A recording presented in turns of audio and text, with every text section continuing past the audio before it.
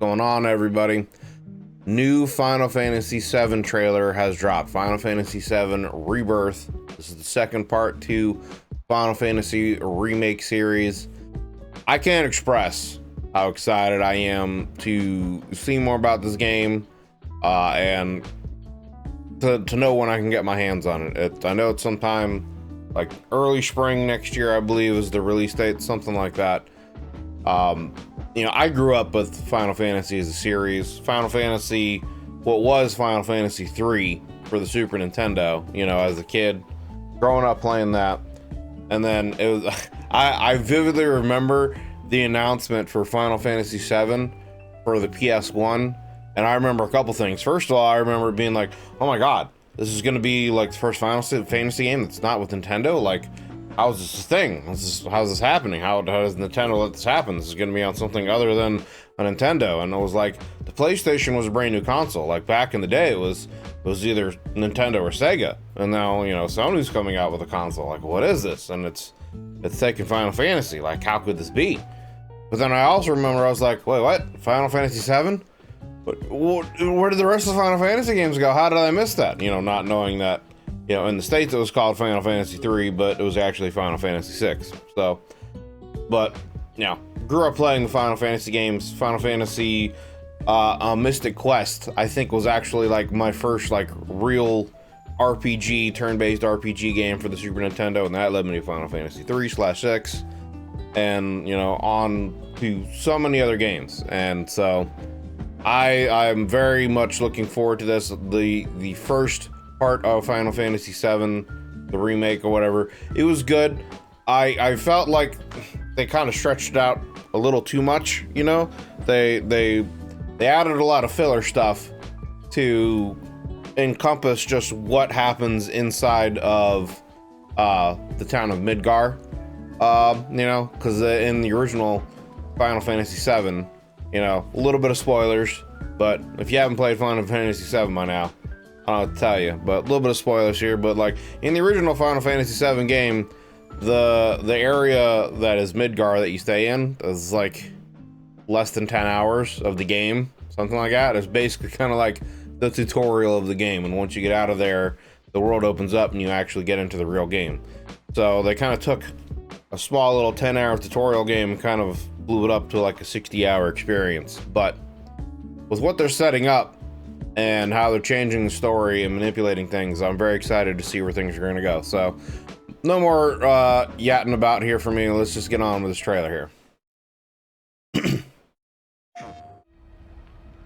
The world's ending. Mix of gameplay and in-game cinematics. That's what everyone's saying. This is Zack, who is Sky. actually Cloud. Like it.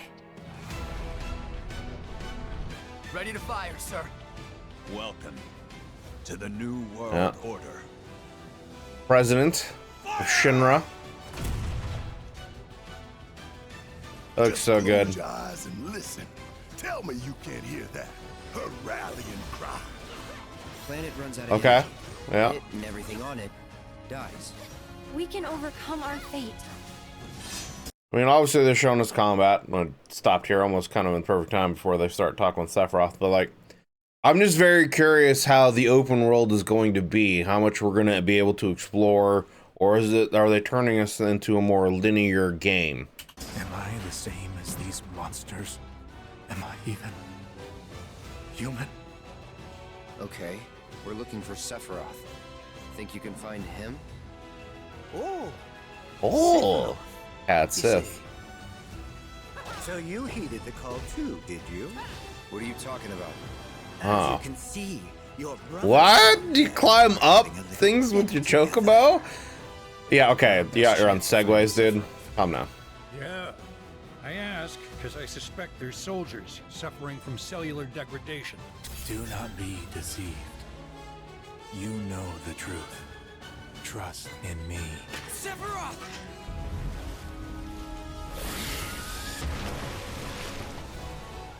Come on. I mean, of course the graphics look good. Of course the combat looks good.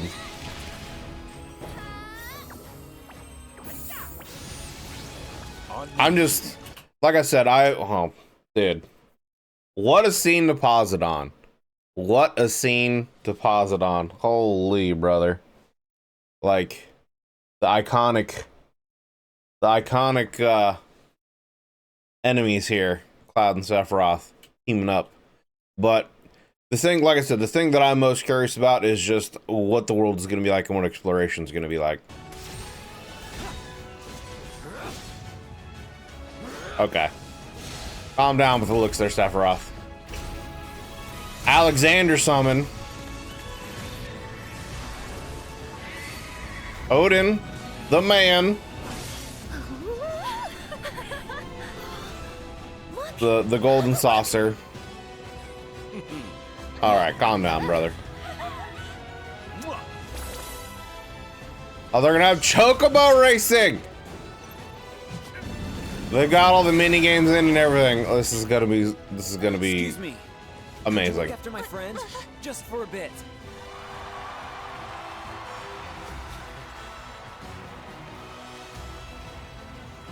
A weapon?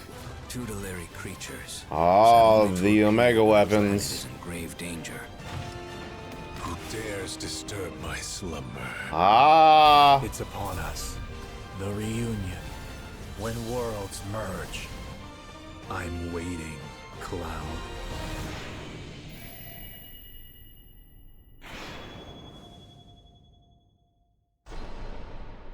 February 29th on 2 discs. Alright, well, it's around my birthday. It's around my birthday.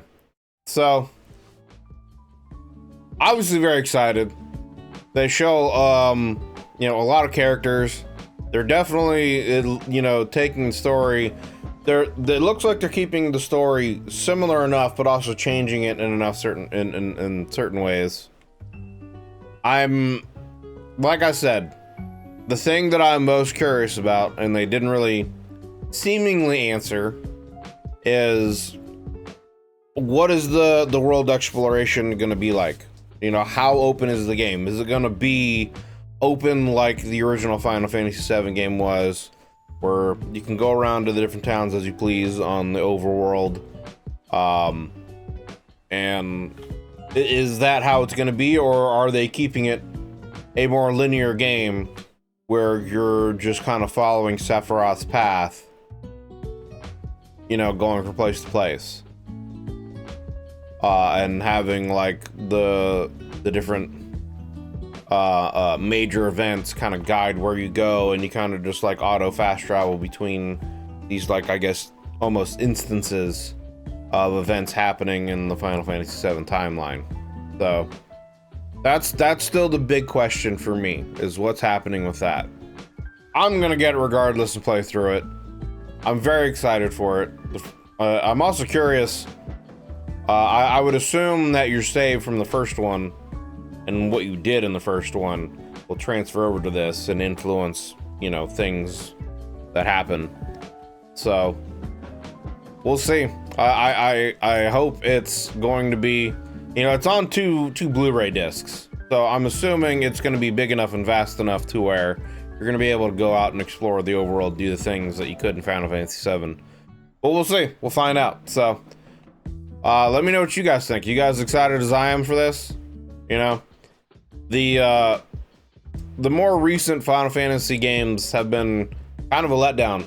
Other than this, you know, like Final Fantasy 13, that was a long while ago on the PS3, but the main Final Fantasy games, which, you know, 13, 15, and now 16, 14's an MMO, 11's an MMO, which, if you haven't played Final Fantasy 14, very, very good.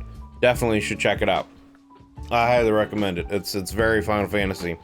I'm not much of an MMO person at all. I don't like MMOs, but Final Fantasy 14 is very much worth it. But, you know, Final Fantasy 13, 15, and 16, they just haven't, like, hit the mark like the older Final Fantasy games did. And the series is kind of struggling to, I guess, they're trying to modernize the series, which you can argue one way or the other on, you know, whether or not the game series needs to be changed from like a classic turn-based to a more modern action RPG or whatever. You know, I mean, you look at some games like Darkest Dungeon and, you know, some other turn-based games that are still very successful, and there's definitely a place for it. And Final Fantasy could still fill that genre. But they just haven't really hit, you know, other than Final Fantasy VII Remake, they haven't really got a good system down. Like the Final Fantasy VII Remake, I feel like the combat in the first one is a very solid mix of feeling, you know, like having a good party system where you gotta switch through the different characters in the party to set up different combos and do different things, where the party characters actually matter and how you set up your party actually matters, and having a good balance of that and a almost kind of Souls-like action RPG combat system, you know. So far the Final Fantasy VII Remake has done that the best. I didn't really care for what the combat was in Final Fantasy 13. Final Fantasy 15 was okay, and Final Fantasy 16 was okay. The only problem with Final Fantasy 16 was it was just too easy. Game was just not a challenge. It just wasn't a challenge. I like the story, I like the characters, I like the setting, but the combat wasn't a challenge at all. The combat was just like a secondary thought to get you, that you had to do to get you between point A to B for the story, to continue the story. So that's kind of my Final Fantasy 16 you know, review in a nutshell. I still want to do a video kind of reviewing Final Fantasy 16 and give it my thoughts. I just haven't gotten around to sitting down and actually editing it and putting it together because it's going to be a bit extensive. So, but anyway, I've taken up enough of your guys' time. Thank you guys for hanging out, checking out the video. Hope you're as excited as I am. You know, if you're a fan of RPGs and Final Fantasy, I hope you're as excited as I am. Let me know in the comments what you think. If you enjoyed yourself, you know, like, sub, all that kind of stuff. And yeah, have a wonderful day, and I'll see you guys next time. Bye-bye.